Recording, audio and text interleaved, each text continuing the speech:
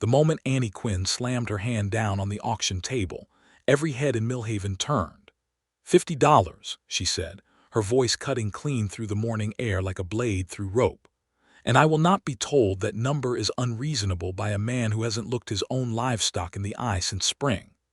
The man standing across from her, broad-shouldered, jaw set like carved stone, dark eyes burning with something that wasn't quite anger but wasn't far from it either, did not flinch. He crossed his arms over his chest, and the leather of his work gloves creaked with the motion. "The price is 70, Gideon Dalton said. "It was 70 yesterday, it was 70 last week, and it'll be 70 when the sun goes down today. Then you'll go home with an unsold ox and a bruised pride," Annie said, holding his gaze without blinking. Someone in the crowd let out a low whistle. Old Bert Calloway, who ran the general store and had seen more than his share of Millhaven arguments, pressed his lips together and took a slow step backward. Nobody wanted to be in the crossfire of whatever this was becoming. Gideon Dalton was not a man people argued with. That was simply the truth of things in Millhaven, Kansas, in the fall of 1879. He owned the largest working cattle ranch in a 40-mile radius. He had buried a wife, survived a drought, and driven a herd 300 miles alone when every ranch hand he employed walked off the job in a labor dispute. He did not bend. He did not negotiate. He certainly did not lose public arguments at harvest sales to women who had arrived in this town less than 3 months ago. And yet here he stood, locked in a standoff with Annie Quinn, who was watching him with those clear gray eyes like she was reading the fine print of his soul and finding it wanting in several places. The crowd had grown. The autumn harvest sale in Millhaven was the biggest event of the season. Tables draped with bolts of cloth, barrels of cured meat, grain by the bushel, livestock penned and bleeding behind the church. The whole of the county came out, and they were all watching now, the way people watched a summer storm roll in from the flat Kansas horizon, fascinated and slightly afraid. "You have no idea what that animal is worth," Gideon said, and his voice had dropped half a register, which everyone who knew him understood to mean he was getting genuinely annoyed. "I know exactly what she's worth," Annie said, and the edge in her voice had sharpened into something almost dangerous. "I know what her hooves look like. I know the condition of her teeth, and I know that the patch of inflammation on her left flank tells me she's been kept in a pen that doesn't drain properly, which means the price you're asking is for an animal in better health than the one you're actually selling. So I'll say it again, $50. Gideon Dalton stared at her. The silence stretched long enough that a crow called twice from the elm tree at the edge of the churchyard. "Where," he said finally, "did you come from?" And Annie Quinn, who had come from a very specific kind of nowhere that involved secrets she wasn't ready to share, allowed herself a small, precise smile. "East of here," she said. "Does that change the price?" It didn't change the price. Not immediately. But something shifted in the air between them, something that the people watching couldn't quite name but could feel in the way people feel a change in weather, a drop in pressure, a stillness before a thing unfolds. And those watching would later say, in the days and weeks that followed, that whatever began between Annie Quinn and Gideon Dalton, it began in that exact moment, when the most stubborn man in Millhaven met the one woman who matched him objection for objection, and he looked at her like she'd done something extraordinary just by standing her ground. He called it impressive. He didn't mean to say it out loud, but it came out anyway, low and almost to himself, half grudging and completely genuine. "That's impressive," he said, and then, as if the word had surprised even him, he uncrossed his arms, looked down at the ox, looked back at Annie and said, "60. The crowd exhaled. Annie Quinn said, "Done." And that was how it started. Though neither of them knew, standing there in the October sunlight with sawdust underfoot and the smell of wood smoke threading through the air, how far from finished it actually was. Annie had come to Millhaven in August of that year, arriving on the afternoon stage with a single trunk, a leather satchel, and the kind of quiet competence that made people uncertain whether to offer help or simply get out of her way. She was 26 years old, not tall but not short either, with the kind of posture that came from a lifetime of refusing to make herself smaller. Her hair was dark brown and her eyes were the pale gray of winter river ice, and she had a way of being still when other people were moving that drew attention without asking for it. She had taken work immediately at the veterinary practice of one doctor, Harlan Oakes, who was 72, half-blind, and deeply relieved to have someone who knew the difference between a sprained tendon and a bone infection. Annie had apprenticed under a veterinarian in Cincinnati before the circumstances of her life changed in ways she didn't discuss. She arrived in Millhaven with her skills intact and her history firmly behind her. What she had not arrived with was roots, or connections, or any particular plan beyond the general idea that she needed somewhere that wasn't where she'd been. Millhaven was a working town in the truest sense, a cattle and grain economy, a sheriff who took his job seriously, a church with a cracked bell that rang every Sunday regardless, and the deeply held community opinion that strangers earned their welcome by demonstrating usefulness. Annie had demonstrated usefulness on her second day in town by correctly diagnosing a case of colic in one of Pete Sanderson's horses at 3 in the morning, which Pete had been convinced was the animal dying of something far worse. After that, people were reasonably willing to let her exist among them. But she had not gone out of her way to make herself known, and she had certainly not intended to cause a scene at the harvest sale over a working ox. The animal in question was a large, russet-colored creature Annie had spotted while walking the line of livestock pens, and the inflammation on the ox's flank had bothered her the way all untreated things bothered her, immediately and practically. When she'd inquired about the owner and been pointed toward Gideon Dalton, she'd walked over and opened her mouth with every intention of having a simple, professional conversation. She had not expected Gideon Dalton to be the kind of man who turned a professional conversation into a confrontation by being absolutely unwilling to acknowledge any information that didn't already match what he believed. She had not expected to find that quite so interesting. The ox Annie named her Patience, which felt appropriate, was settled into a pen behind Dr. Oak's practice that same afternoon. Annie cleaned and treated the flank inflammation while the animal stood with the bovine equanimity of a creature who had seen worse. And as she worked, she let herself replay the argument at the harvest sale with the part of her brain that evaluated things rather than felt them. Gideon Dalton. She knew a little about him already. Millhaven was not a large town, and Dr. Oakes talked when he worked, filling silences with the kind of casual local knowledge that passed for small talk in a place where everybody's business was roughly public.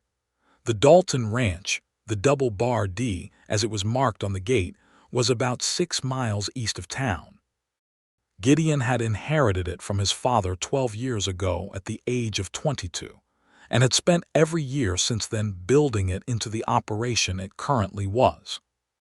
He employed 8 ranch hands, ran cattle and some grain, and had a quiet but solid reputation as a man who was fair in his dealings. Once you accepted that fair to Gideon Dalton was a fixed and non-negotiable concept. He had been married. His wife, Clara, had died 4 years ago of a fever that swept through the county one terrible winter. They had had no children. Since then, Gideon had run his ranch with the focused energy of a man who had converted grief into work, because work was something he could control. Dr. Oakes had described him as the most difficult man to have a conversation with in the county, because he's almost always right and he knows it, and when he's wrong he takes it personally. Annie, smoothing salve onto Patience's flank, thought that description was reasonably accurate but possibly incomplete. There had been a moment, in the middle of their argument, right around the point where she had explained the connection between the drainage condition of the pen and the actual health value of the animal, when something had moved in Gideon Dalton's expression. Not capitulation, exactly, more like recognition. The way a person looks when they hear something true that they hadn't known they were missing. That moment had been interesting. She was trying to decide how interesting exactly. She was still deciding 3 days later when the knock came at the practice door in the early morning, before Dr. Oakes had even arrived, and she opened it to find Gideon Dalton standing on the step with his hat in his hands, and an expression that suggested the hat had been removed against his better judgment. "Miss Quinn," he said. "Mr. Dalton," she replied, a pause. "I wanted to look at the ox. The ox is doing well. The inflammation is responding to treatment. I'd like to see for myself if you don't mind." Annie considered pointing out that he had sold the animal, and therefore no longer had a legal right to see anything in particular. But something in the tight set of his jaw told her that this wasn't really about the ox, and arguing the point would be both accurate and unkind. She stepped back from the door and let him in. He was quiet while she led him to the back pen, and quiet while he looked at patients, and quiet while he ran one hand along the animal's flank in the practiced way of someone who genuinely knew livestock. When he straightened up, he looked at the clean bandaging around the treated area and said, in a voice that cost him something, "You were right about the drainage." "I know," Annie said. "That pen's been that way for 2 years. I should have fixed it." "You should have," she agreed. She didn't add anything to soften it because softening it would have been dishonest, and also she was beginning to sense unnecessary. Gideon Dalton did not require cushioning. He required accuracy. He looked at her for a moment with an unreadable expression. Then he said, "You know veterinary medicine?" "Yes. Oakes teaches you." "I arrived knowing most of it. Dr. Oakes refines." Another pause, longer this time. He turned his hat slowly in his hands. "I have a horse," he said. 3-year-old mare. She came up lame 2 weeks ago." Oakes looked at her and said it was a bruised hoof. "Give it time." "And it hasn't improved." "No. Bring her in," Annie said, "or I can come out." "You'd come out to the ranch. Horses are easier to assess in their own environment. I'd come Thursday if that's convenient." He nodded, a single precise motion. "Thursday morning," he said. Then he put his hat back on, said, "Thank you, Miss Quinn," and walked out the door. Annie stood in the pen with patience for a moment, thinking. She went to the Dalton ranch on Thursday morning, driving Dr. Oakes' light wagon with her medical bag in the back, and the October sky wide and blue above the flat Kansas plain. The ride out was the kind of thing that made people understand why settlers had risked everything to come here. The land rolling gently away on all sides, the grass gone golden with the season, the air carrying the clean, cold smell of approaching winter. It was beautiful in the way of wide, honest things, without ornament or apology. The Double Bar D was a working ranch in every visible sense. The house was large and practical, built for function rather than impression. The barns were solid and well-maintained. The fences were in good repair. Everything spoke of consistent, determined labor, the kind of place that had been made through years of daily work rather than built all at once. Gideon met her at the gate himself, which she noted. He led her directly to the barn without the kind of social detour that most interactions in Millhaven involved, and she liked that about him immediately, the directness of it. The mare was a fine animal, dark bay with a white star, standing with the careful weight distribution of a horse trying to keep pressure off one specific point. Annie set her bag down and crouched, and within 2 minutes she had found the actual problem. "This isn't a bruised hoof," she said. "There's a deep abscess forming in the white line. It's going to need to be opened and drained, or she's going to be lame for months." Gideon, who had crouched across from her to watch, looked at the hoof and then at Annie's face. Oakes missed that. Dr. Oakes is a good diagnostician when he can see clearly. His eyesight is failing. "You're saying I should be bringing livestock to you." "I'm saying you should bring livestock to the person best positioned to help them, yes." She met his eyes briefly. "That is currently me for anything that requires detailed visual examination." "Does Oakes know his eyesight is failing?" "He knows. We don't discuss it directly, but we have an arrangement." Gideon absorbed this. "That's loyal of you." "It's practical," Annie said. "He has knowledge I don't have yet.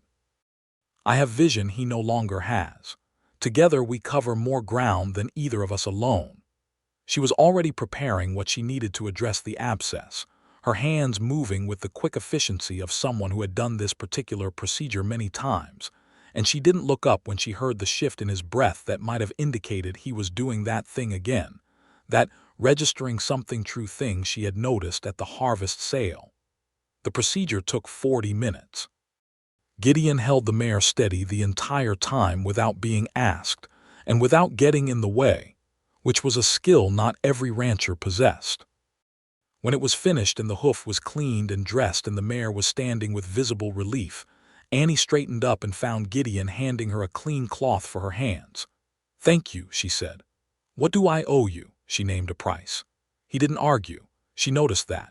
On her way out, she passed the main house, and something caught her eye, a kitchen garden, or what had been one, now overgrown and untended in the way of something abandoned rather than completed. There were the remnants of structure there, stakes and wire, a deliberate arrangement gone to weeds. She didn't say anything, but she noted it. The ride back to Millhaven was the same beautiful, empty stretch of Kansas plain, and Annie spent the miles thinking about a man who had rebuilt a failed drainage pen, who held a horse steady without being instructed, who had a kitchen garden he wasn't tending anymore. She spent the next 2 weeks doing exactly what she had been doing, her work, her careful navigation of Millhaven's social geography, her evenings in the small room above the hardware store that she rented from the Holloways, reading by lamplight or writing the letters she still sent to her sister Rachel in Cincinnati. She did not actively seek out Gideon Dalton. But Millhaven was not a large town, and the nature of her work meant she moved through it completely, and Gideon Dalton was the kind of presence you noticed in a small town whether you were seeking to or not. She saw him at the post office on a Tuesday, picking up a supply order, and he nodded to her. She saw him on a Thursday talking to the blacksmith, and he tipped his hat. The Friday of the second week, she saw him in the general store, and they were briefly in the same narrow aisle between shelves of canned goods and lamp oil, and instead of the nod and the passing, he stopped. "The mare is walking sound," he said. "I'm glad to hear it. I told Pete Sanderson to come see you about his draft horse. He's been having problems with its feet. I appreciate the recommendation." A pause, shorter this time than the pauses she had come to expect from him. Something was different in his posture, not entirely relaxed, because Annie suspected entirely relaxed was not a mode Gideon Dalton operated in, but less armor-clad than usual. "I'll be going into the hay supply situation next week," he said. "If you need anything brought in for the practice, I'll be making a run to Abilene. I could carry it back." Annie looked at him steadily. She recognized the offer for what it was under its practical surface. "That's kind of you," she said. "Let me write down what we need." She wrote the list that evening and delivered it to the ranch the next morning, and when she arrived, Gideon was in the middle of his morning work, but stopped what he was doing to take the list from her. And there was a moment standing in his yard where the autumn light was falling at an angle that made everything look like it was made of gold, and he read the list with his brow slightly furrowed, and then looked up and said, "You've written down what each item is for. I thought it would help you verify the order. Most people would just write down the name of the thing.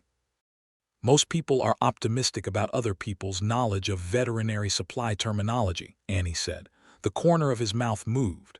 Not quite a smile. She would learn later that Gideon's smiles were rare and came in stages, like a river going from frozen to flowing, a gradual process that you had to watch for. But the corner of his mouth moved, and that was something. "You could come with me," he said, "to Abilene to make sure the order's right." The offer surprised her genuinely. She kept that off her face, because showing surprise felt like giving something away she hadn't decided to give. "I have commitments through Tuesday," she said. "If the trip is Wednesday or after, I could manage 2 days. "Wednesday," he said. "I'll have the wagon ready at sunrise." The drive to Abilene was 2 days out, 2 days back, with the supply purchasing in between. It was not the kind of trip that two single people of opposite inclination took lightly in 1879 in Millhaven or anywhere else. People would notice. People would comment. Annie weighed this against the practical value of the supply run and the thing she was not quite admitting to herself yet, and decided that she had spent too much of her life arranging herself to avoid other people's comments. She told Dr. Oakes where she was going. He looked at her over his spectacles for a moment, opened his mouth, closed it again, and said, "I'll manage the practice. Don't let Gideon drive the horses too hard on the way back." The morning they left was cold and clear, the sky just beginning to go pink at the edge of the plain. Gideon had a good team and a solid wagon, and he drove with the easy confidence of someone who had made this trip enough times to know exactly where to rest the horses and exactly how to read the weather ahead. He was not talkative in the way that fills silence to avoid it, but he was not unfriendly, and Annie found the quiet between them to be of the companionable rather than the uncomfortable variety. They talked in the natural way of two people with a great deal of practical intelligence and no immediate agenda. She asked him about the ranch, not as a social question, but as a genuine one, wanting to understand the operation. He answered with the same specificity he seemed to bring to everything, explaining the cattle lines he ran, the particular challenges of Kansas winter grazing, the decision he'd made 3 years ago to add a grain component to the operation. She told him about veterinary medicine as a discipline, about what she'd studied, and where and how the field was developing.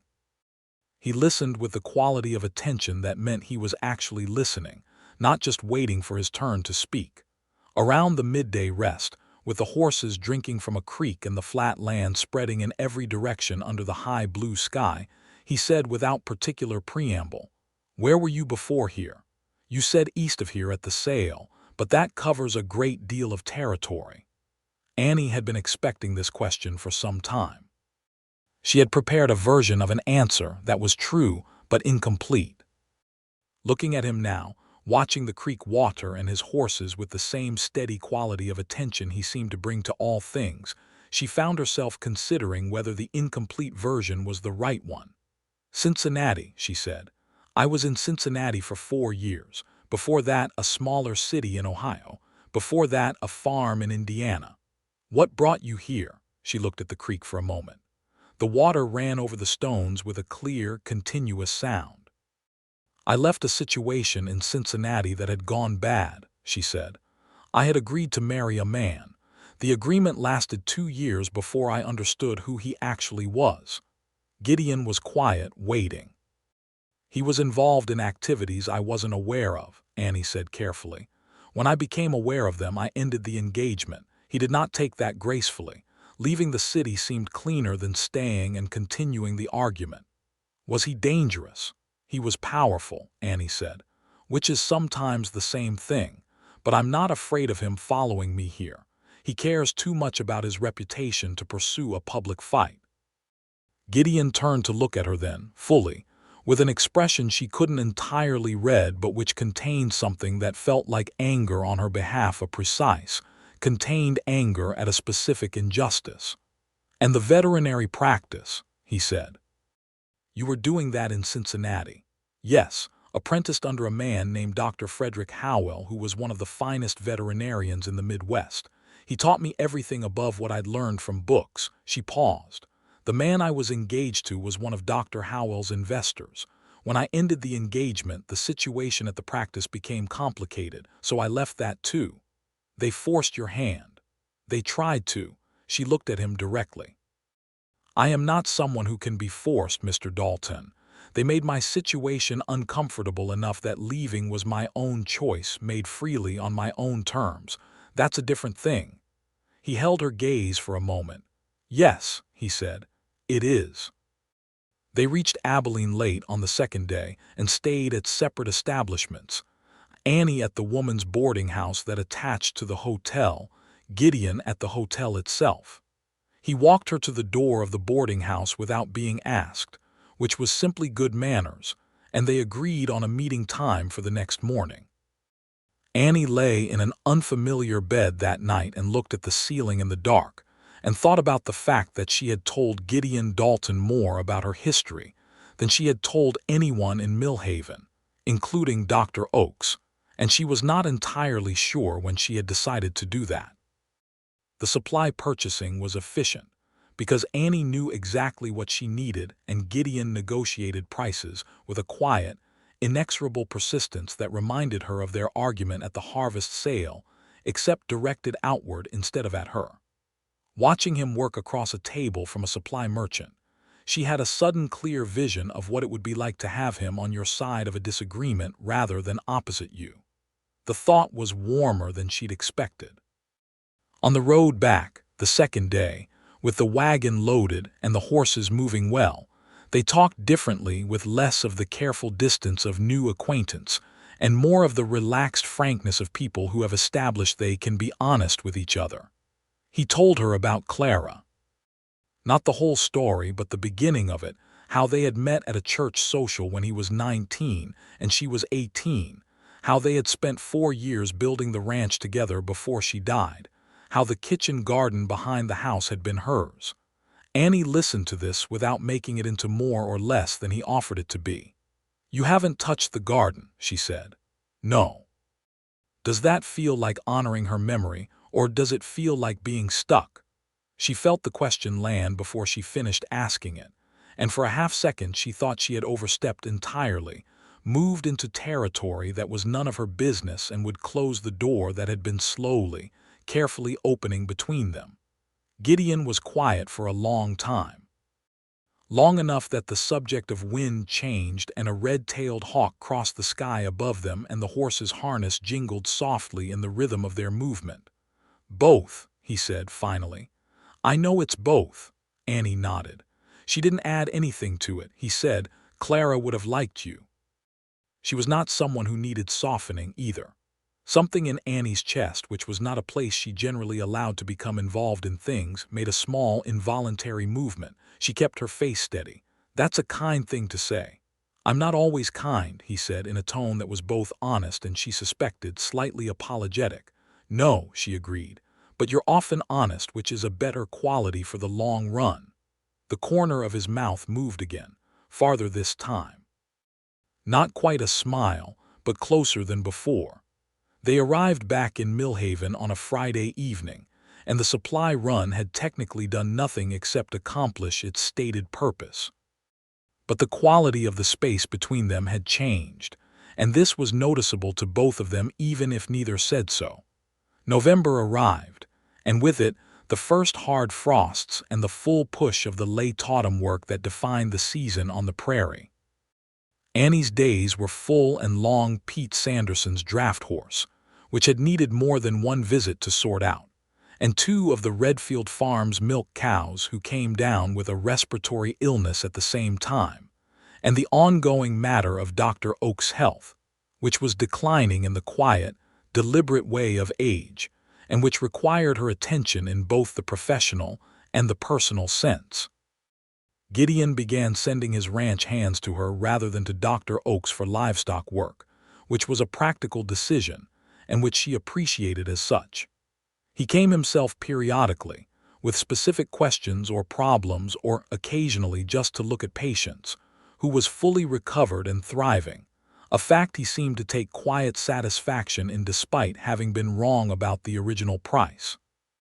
The first Sunday in November, he appeared at Dr. Oak's practice door with a proposal entirely unlike any that had come before it.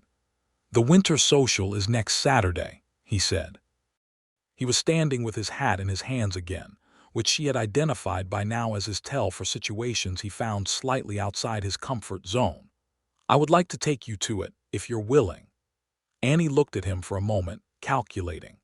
The winter social was the second major community event of the season in Millhaven, held at the schoolhouse, everyone invited, dancing and food, and the public performance of a community deciding it was going to survive another winter together. Going with Gideon Dalton would not be a quiet statement. "You understand what that will mean," she said. "People will talk." "People already talk," he said. "We made a supply run to Abilene." Millhaven knows everything that happens within its borders. And you don't mind, he looked at her steadily. I mind very little that doesn't threaten my ranch or the people I care about, he said. Other people's talk has never qualified. Annie said, yes, I'll go.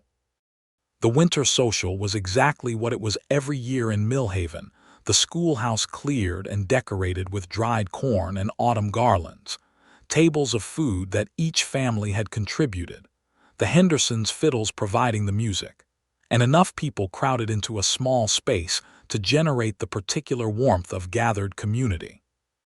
Annie had attended the previous 2 community events in Millhaven as an observer, standing at the edges, making herself useful when needed and otherwise working on the quiet project of belonging.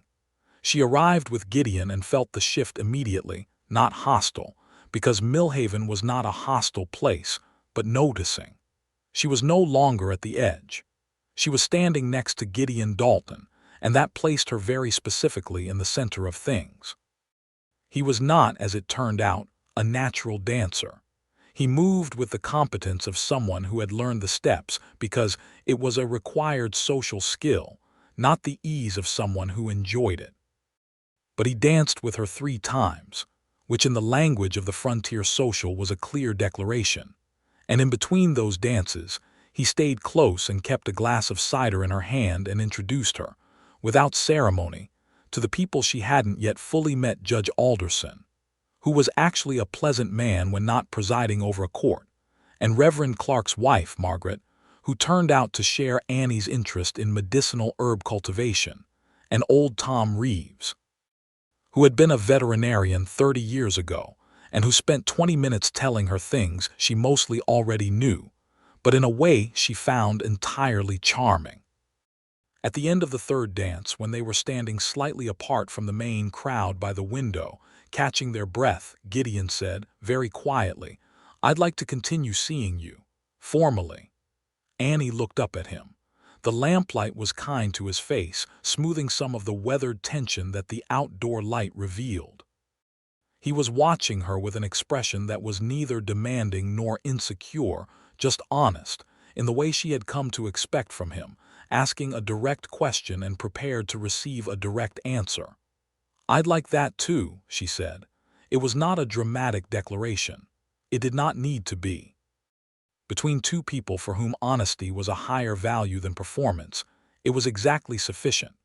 What followed was a courtship that looked, from the outside, like a series of practical engagements, and which was, from the inside, the careful and serious work of 2 people who had both been hurt before, and who were taking each other's measure with full attention.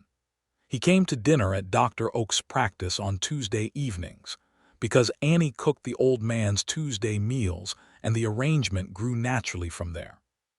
She went to the ranch on Thursday mornings, because that was her standing time for the livestock checks, and those visits gradually extended from the barn into the kitchen, where she began making repairs to the kitchen garden in the practical, specific way of someone who was not treating it as a sacred site, but as an ordinary piece of growing land that wanted attention. The first time she pulled a stake from the ground and reset it in a better position, she was conscious of Gideon watching from the kitchen window. She did not make it into a moment. She just reset the stake and moved on to the next one. And when she came inside for coffee afterward, he poured it without comment and sat across from her at the kitchen table, and they talked about the ranch and the winter coming and the supply question for the cold months, and neither of them mentioned Clara or the garden directly, but something had shifted that they both felt and neither needed to name.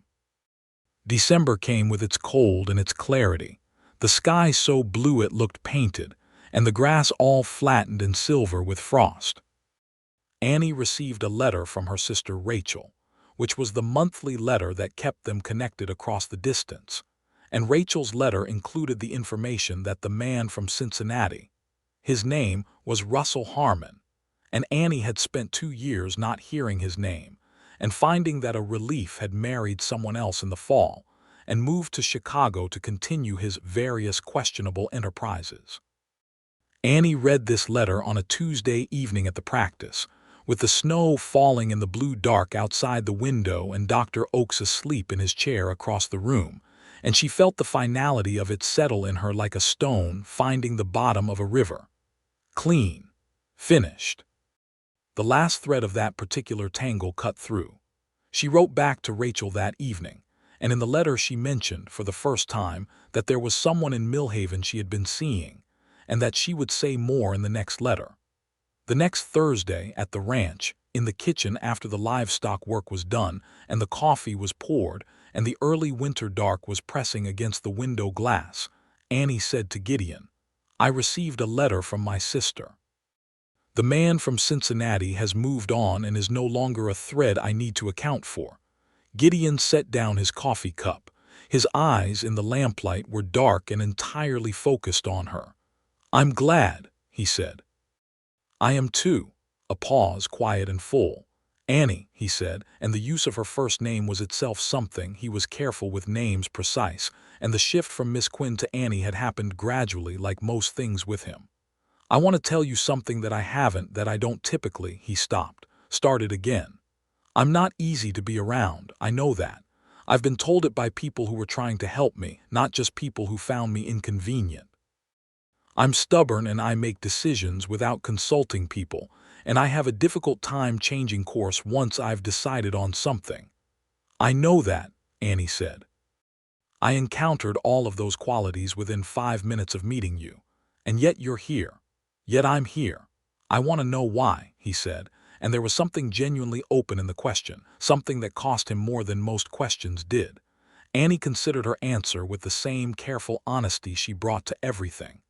"Because the same qualities that make you difficult also make you reliable," she said. "Your stubbornness means that when you commit to something, you don't leave it.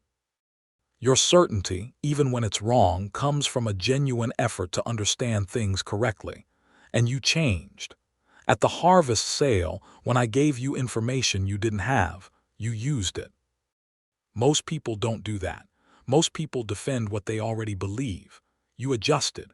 That is not a small thing." Gideon looked at her for a long moment. Something moved in his expression that was deeper than the corner of the mouth near smile she'd catalogued. Something that looked like a person recognizing themselves in a reflection they didn't know was there. "You're the most unusual person I've met since Clara," he said. "And I mean that as the highest possible thing I could say." Annie felt the warmth of it properly, without putting glass between herself and the feeling. "Thank you," she said. "Gideon." And his name in her voice seemed to settle something between them, like the final piece of a structure finally placed. He kissed her that evening, at the door of the ranch house when she was readying to leave. A brief and careful kiss that was both a question and the beginning of an answer, and she kissed him back in a way that resolved the question entirely. The courtship moved through December and into the new year of 1880, with the building momentum of something that had found its natural direction and was no longer uncertain of where it was going. Gideon was not a man who said romantic things easily or often, but the love he was developing, and it was love. Annie could see it the way she could see the health of an animal, not in the surface presentation but in the deep, steady, functional signs of it, expressed itself in constant, reliable, practical ways that she valued more than she had ever valued words. He fixed the drainage problem in every pen on his ranch. He didn't announce this. She noticed it on a Thursday visit, the new ground slope and the properly laid stones directing water away from where animals stood. And when she looked at him across the barn, he met her eyes with a directness that said everything. He began relearning the kitchen garden based on her notes about what grew well in the Kansas climate, not because she asked him to, but because he had observed her interest and decided to apply himself to understanding it. He was terrible at it initially, and acknowledged this with the characteristic Gideon Dalton admission of error, short, precise, without self-pity. She taught him what she knew and they made mistakes together, and the garden began to show the signs of genuine revival. He told her in pieces and in the order that felt right to him rather than in any narrative sequence, about Clara, about who she had been, about the 4 years of building together, about the winter she died and what the grief had been like and what he had done with it. He did not ask for anything from Annie while he told these things, did not require comfort or response, but she gave both because she wanted to, because she understood that these were not stories he told easily, and she was honored by the trust. She told him the full story of Russell Harmon in return, not just the clean version she had offered on the road to Abilene, but the actual texture of it, the 2 years of not seeing clearly, the moment of revelation, the ugliness of the ending. Gideon listened to this without interruption, and when she was finished, he said, "He was a fool." "He was many things," Annie said. "A fool was probably not the primary one." "He let you go," Gideon said. "That qualifies as a fool, regardless of the other things." Annie was quiet for a moment, absorbing the plainness of it. "You have your moments," she said. "Don't tell anyone," he said. And this time the corner of his mouth went all the way to a smile, a real one, and she learned what his smile actually looked like. It transformed his face, made him younger, made him warmer, made him look like the man who existed under all that armor, and she stored it the way she stored important things, carefully and completely. In February, during a particular hard cold snap when the temperature dropped so far that the water troughs on the ranch froze solid overnight, and she rode out on an emergency call for one of his cattle, and they worked through the crisis together in the freezing dark of 3 in the morning. He held her hands between his afterward to warm them and looked at her over the steam of their breath and said, "Marry me, Annie." It was not a speech. There was no speech in him for this. Not because he didn't feel the weight of it, but because he expressed weight in other ways. She could see everything that was meant to accompany the words in the way he was looking at her. The whole of the last 5 months, the kitchen garden and the drainage pens and the Tuesday dinners, and the road to Abilene and the harvest sale where they had met, and he had called her impressive without meaning to say it out loud, all of it in his eyes, along with the serious, wide-open question. Annie Quinn, who had made it a practice never to make a decision from the surface of a feeling, looked at this man in the cold February dark with frozen grass underfoot and frozen breath between them, and felt with complete clarity that this was a decision she had already made, that her whole arrangement in Millhaven had been orienting toward this point in the way water orients toward the lowest available ground, not forced but following what was true. "Yes," she said. He brought her hands up and pressed them together between both of his, and something in the tension that was always present in him, that fundamental tautness that was part of his character, released fractionally. Not disappeared. It was too much part of who he was to disappear. But she felt it ease in the way a rope eases when the weight it's been carrying is finally set down. They were married in April, when the Kansas spring was doing its best impression of summer, and the prairie was green, and the creek behind the Dalton ranch ran high and clear. The ceremony was in Reverend Clark's church, which had its bell properly rung for the occasion by someone who had finally gotten around to fixing the crack. Millhaven turned out in the way that Millhaven did for significant events, completely, warmly, with an investment in the proceedings that came from having watched the story unfold over the preceding months, and feeling, collectively, that this was a good outcome. Dr. Oakes sat in the front pew and wept without any particular effort to hide it. He had made it clear over the preceding weeks that he considered this development entirely satisfactory, and that he had known it was coming since approximately the Abilene supply run, a claim Annie found overstated but declined to argue. Annie wore a dress of deep blue wool that she had made herself, with Margaret Clark's help, in the weeks before the wedding. She had no family here. Rachel had sent a letter of joy and a lace handkerchief that had belonged to their mother, but she had Millhaven, which was not nothing.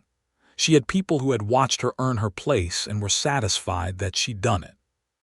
Gideon stood at the front of the church and watched her come down the aisle with an expression that contained everything he didn't easily say. It was all there, the love and the certainty, and that deep stubborn reliability that was the most fundamental thing about him, directed entirely toward her. She walked toward it without hesitation. When Reverend Clark got to the part about any who had objections making them known, there was a small, collective held breath in the room, the way there always was in Millhaven after watching these two argue their way to a relationship. And then the held breath became a wave of quiet laughter, and Gideon turned slightly to look at the room with an expression that was somewhere between exasperated and amused. And Annie looked up at him, and the smile she gave him was the kind she didn't hand out generally. The full one, the one that changed her face the way his changed his, and whatever remaining tension the room had been holding entirely dissolved. They said their vows, which were the traditional words but which carried additional meaning when you knew something about the two people saying them. The bit about cleaving only unto each other had an added weight when one of them had spent 4 years alone and armored, and the bit about honoring had an added weight when one of them had built her whole life on the principle that honesty was a form of respect.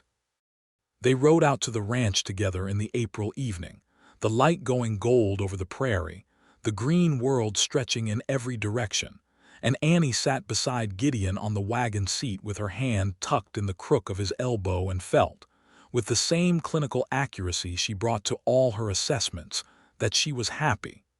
Properly, fully, without asterisks. The first year of their marriage was the year Annie Quinn became Annie Dalton in the daily texture of Millhaven, and it was a good year in the ways that mattered. The kitchen garden came back properly, with her knowledge and his labor combining into a productive and beautiful thing. The ranch continued to thrive. She continued her veterinary work, now operating fully as the primary practitioner with Dr. Oakes in a gradually diminishing advisory capacity, and her reputation had grown to the point where she was handling cases from as far as 20 miles out. They were not without their arguments. Arguing was, in some sense, the native language of their relationship, the mode in which they had first met each other, and the one that still expressed the full energy of their engagement with each other. They argued about the ranch's direction, about resource allocation, about the best treatment for various ailments both human and animal, about whether it was reasonable to plant peas in the section of the garden she wanted to use for medicinal herbs. The arguments were vigorous and honest, and almost always resolved by someone presenting new information that the other person then incorporated, and they were followed by the particular closeness of two people who know each other well enough to fight cleanly. In the late fall of that first year, Annie told Gideon she was pregnant. She told him in the kitchen, at the end of a Thursday that had been long and cold and full of work, and he was standing with his back to her pouring coffee, and he went entirely still for a moment when she said it. Then he set down the coffee, turned around, and looked at her with an expression she had not seen from him before, not one she had catalogued or predicted. It was, she realized after a moment, the expression of a man discovering that something he had not allowed himself to want was actually being offered to him.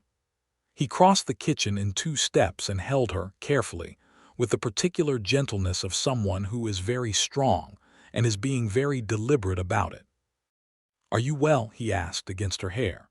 "Completely," she said. "I'm healthy. The pregnancy is early and progressing normally. I've already assessed the situation thoroughly."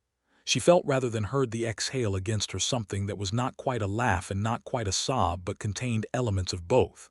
"Of course you have," he said. Their son was born in June of 1881 in the bedroom of the Dalton Ranch house with the prairie summer loud outside the window. Dr. Oakes had retired fully by then, but he came out for the birth and sat in the kitchen drinking coffee with Gideon, who was managing the weight with the white-knuckled determined calm of a man holding together through pure will. The baby was healthy and large and furious about existing, which Annie considered a promising personality indicator. They named him James Thomas Dalton, James for Gideon's father, Thomas for Annie's, and he came into the world in the way of all Dalton things, apparently, with conviction and a great deal of noise. Gideon held his son for the first time with the expression Annie had been looking forward to seeing, the full smile expression, transformed, overwhelmed, entirely open. He sat in the chair by the bed with the baby against his chest and looked at Annie over the small red-faced head and said nothing at all, which was, from Gideon, everything. "You can say something," Annie said. "I can't," he said. "I don't have a word for this." "That's all right," she said. "I know." James Thomas Dalton was, from the beginning, very much his father's son, serious and observant, and not easily deterred from a decided course with his mother's gray eyes and her habit of absolute stillness when something required careful assessment. He was a remarkable child, and they were remarkable parents to him, which was perhaps inevitable given who they were. The years built themselves out of ordinary and extraordinary things in the way that lives do. The ranch grew. Annie's practice grew. Millhaven grew, slowly but genuinely, as the railroad reached closer and the territory filled with new settlers. Dr. Oakes died peacefully in the winter of 1882, in his sleep, and Annie sat with him in the days before and held his hand and told him what he had meant to her, and he smiled the comfortable smile of a man who was satisfied with where he was leaving things. She planted a section of the kitchen garden with medicinal herbs in his memory and put a small stone marker at the corner of it. Gideon built the marker without being asked. In the spring of 1883, Annie told Gideon she was pregnant again. This time she told him at breakfast, between the eggs and the second cup of coffee, and he looked up from his plate with an expression that had more ease in it than the first time, not less love, but the ease of someone who has discovered he is capable of something he wasn't certain about and is no longer afraid of the discovery. "Are you well?" he asked, just as before. "Completely," she said, just as before. He reached across the table and covered her hand with his. "Good," he said. Their daughter was born in November of that year, with the winter coming in outside the window and the first snow of the season falling in the dusk. They named her Clara Rose Dalton, Clara for the woman who had been here before Annie, whose kitchen garden was now Annie's, whose memory was part of the fabric of the ranch in a way that Annie had never tried to erase, but had instead learned to carry as part of the full history of this place, and this man she loved. Rose for the wild roses that grew along the creek in summer, which were Annie's favorite thing about Kansas Springs. Gideon looked at his daughter for the first time with an expression Annie had wondered about in the abstract, whether the name would bring grief back in a way that complicated the joy.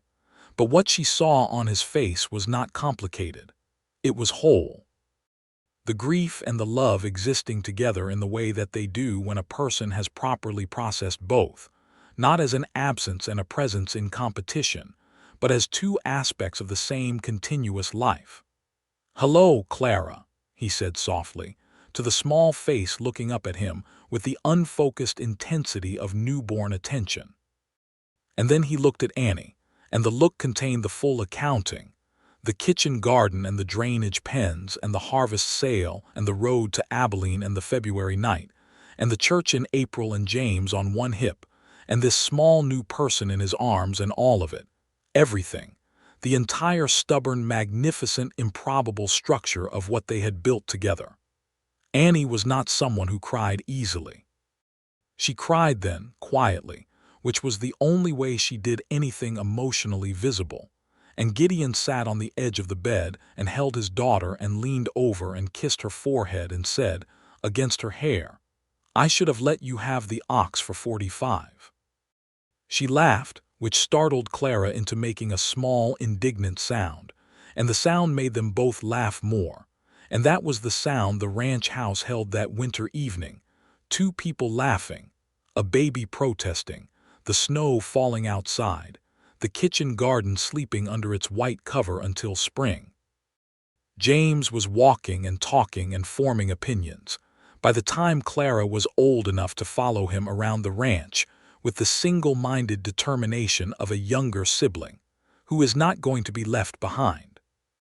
He had inherited, in full measure, his father's stubbornness and his mother's observational precision, which was a challenging combination, but also, Annie had to admit, an admirable one. By the time he was 4, he had identified which of the ranch horses were the most interesting and had developed a working vocabulary for their behavioral patterns.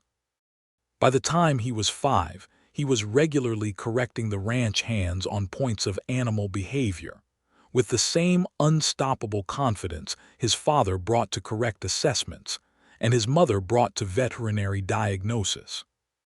Gideon watched this with a mixture of parental pride and the slightly humbled recognition of a man seeing his own best and worst qualities combined and aimed outward.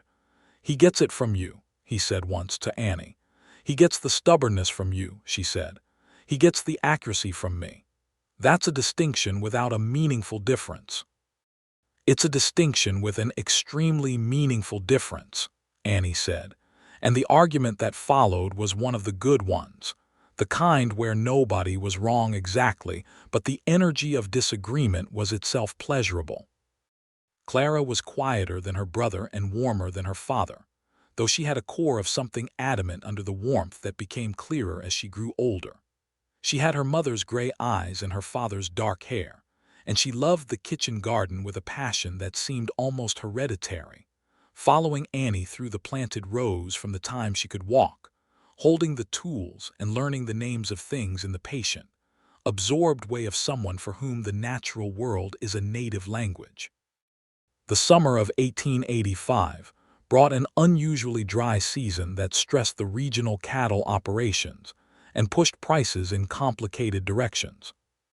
Gideon navigated this with the focused resourcefulness of a man who had managed worse, and had additionally the advantage of Annie's clear-eyed assessment of what the ranch could sustain and for how long.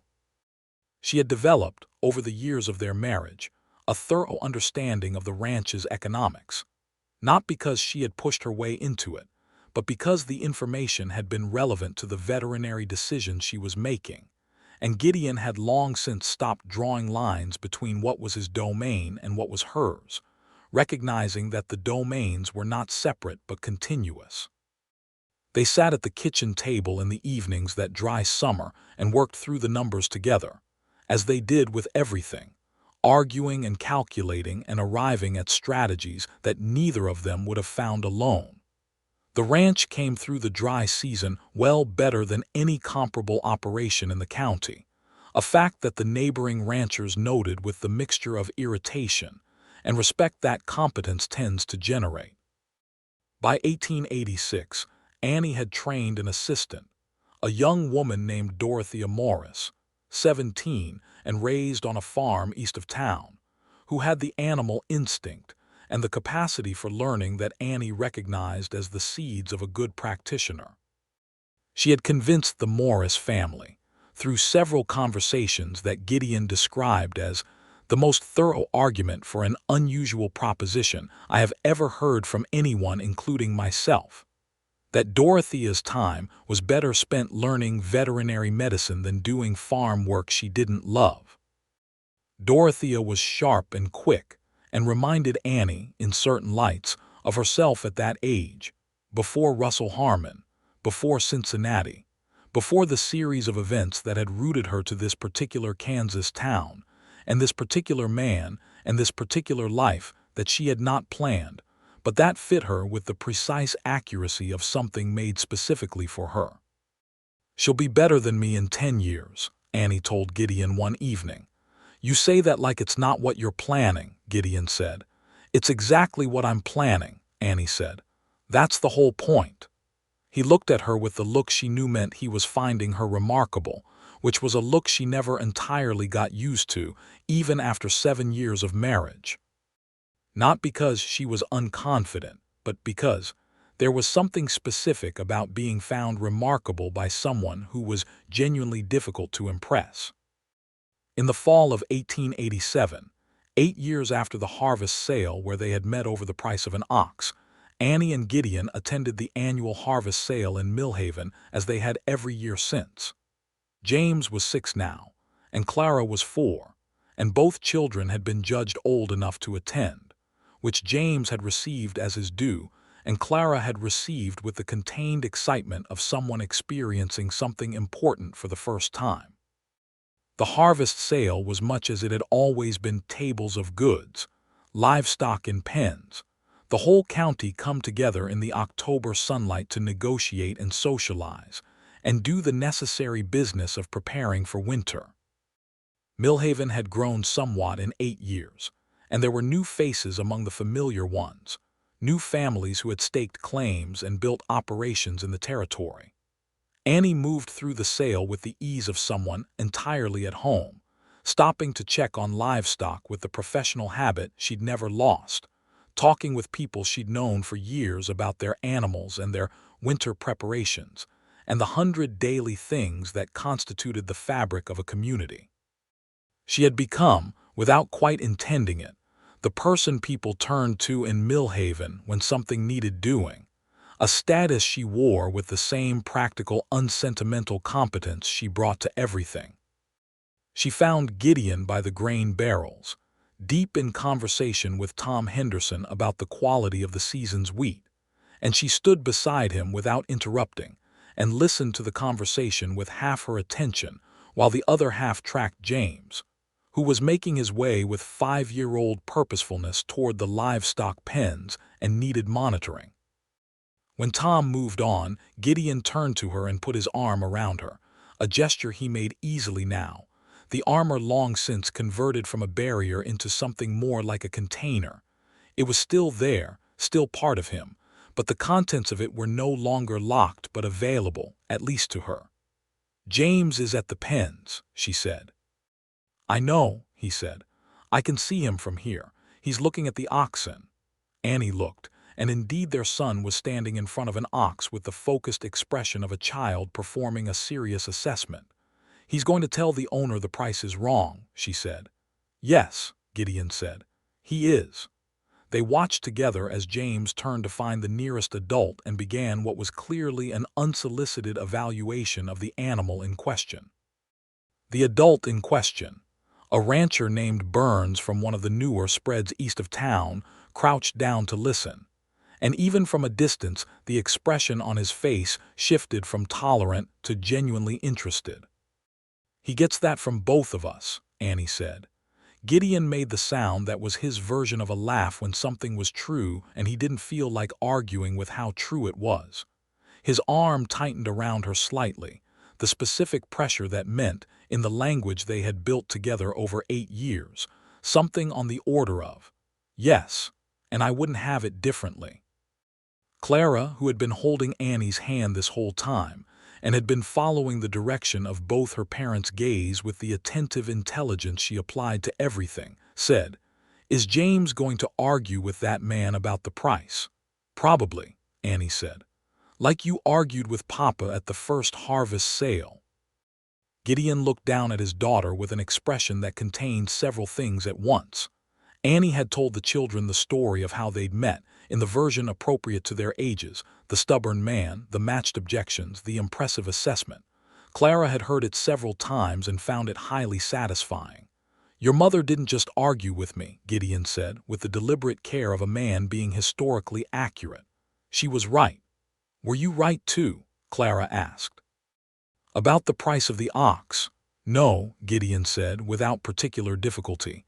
8 years had taken the edge off that particular admission. About some other things, but not that one.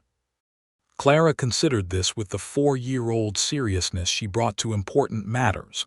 "That's okay," she said finally. "Being wrong sometimes is allowed." Annie looked at Gideon over their daughter's head. The look they exchanged was the kind that requires 8 years of accumulated context to fully translate. It contained the harvest sale and the veterinary practice, and the road to Abilene and the kitchen garden and Clara's name on the headstone in the corner of the ranch graveyard, and the same name on the small dark-haired girl holding Annie's hand, and everything that had come from two people being stubborn enough, and honest enough and brave enough to find each other in a Kansas town in the fall of 1879. Gideon's mouth curved into the full smile, the one that transformed him, the one she had been collecting since the day she first saw it. "It is," he agreed, aloud.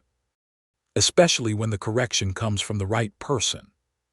Quinn Dalton leaned slightly into her husband's side, feeling the solid warmth of him and the October sun, and the sound of her son, apparently now engaged in a full-scale price negotiation 20 feet away.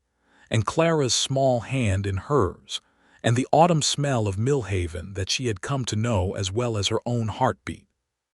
She thought, as she did sometimes, of the woman who had stepped off a stagecoach in August of 1879, with a single trunk and a leather satchel, and no particular plan beyond escaping a past that hadn't been worth keeping.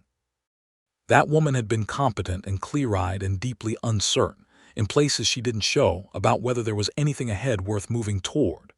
She thought about Patience, the ox that had started everything, who had lived out her years at the Dalton ranch. Annie had arranged it, and Gideon had not argued, which was itself a kind of progress, and who had died at a ripe bovine age the previous spring, placidly and with full dignity, in a pen with excellent drainage.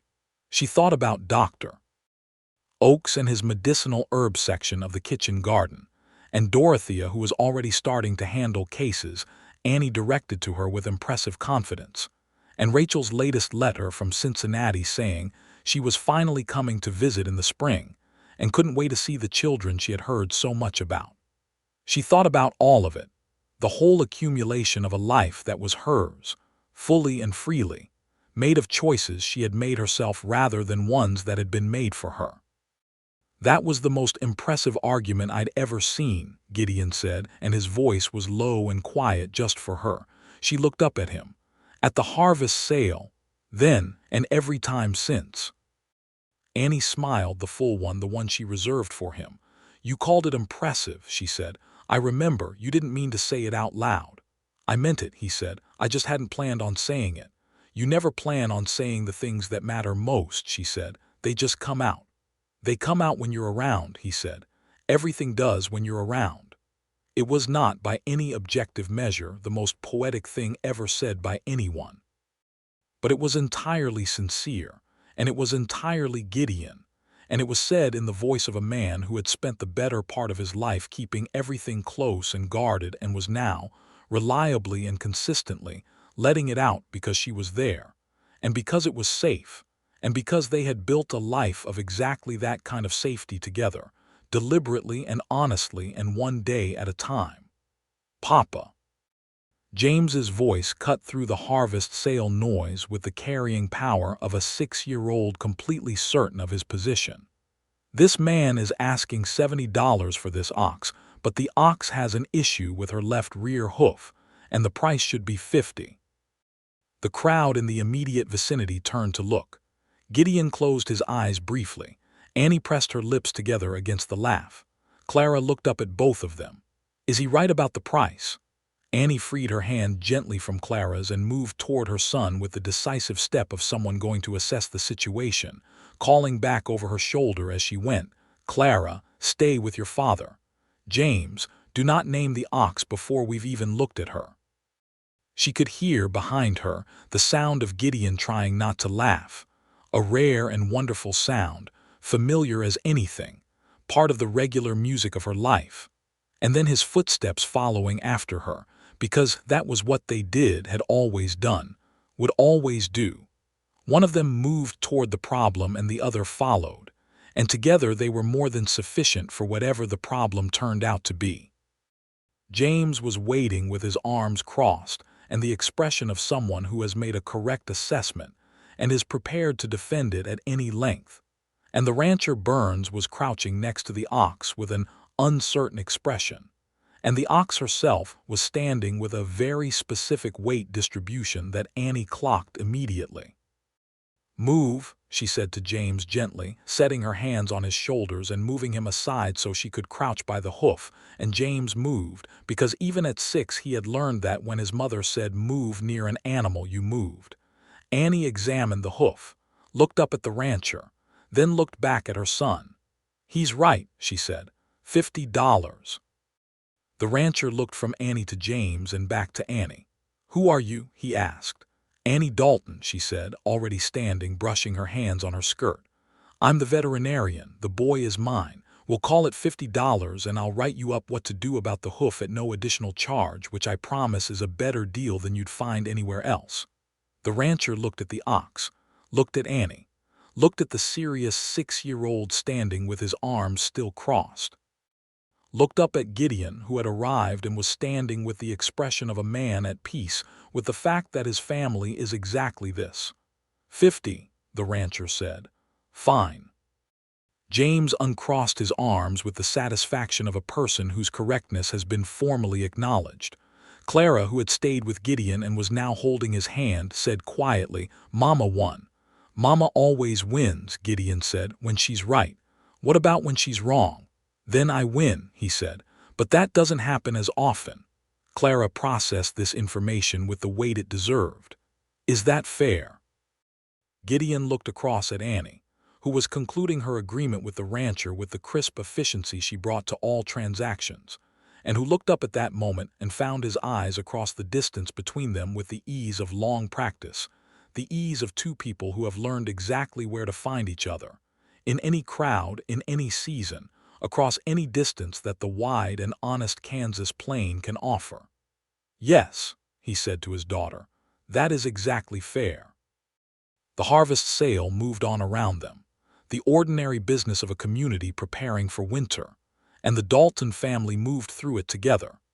Annie with her professional eye on every animal she passed, Gideon with his quiet, competent authority in every commercial exchange, James with his inherited combination of both making trouble and being right about it, and Clara observing everything with the wide, serious gray eyes that would one day, Annie suspected, see things clearly enough to be remarkable.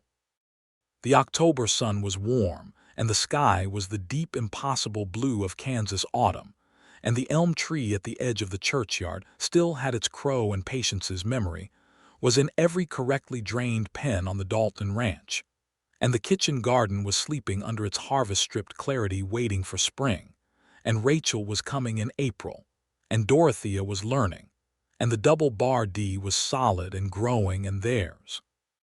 And Annie Quinn Dalton, who had arrived in this town with a single trunk and a leather satchel, and the careful settled conviction that she was not someone who could be forced, walked through the harvest sale in the October sunlight beside the most stubborn man she had ever met, who had called her impressive before he meant to, and who had spent every day since then proving that he had known, even then, that she was right. She had matched every objection. He had recognized what that was worth.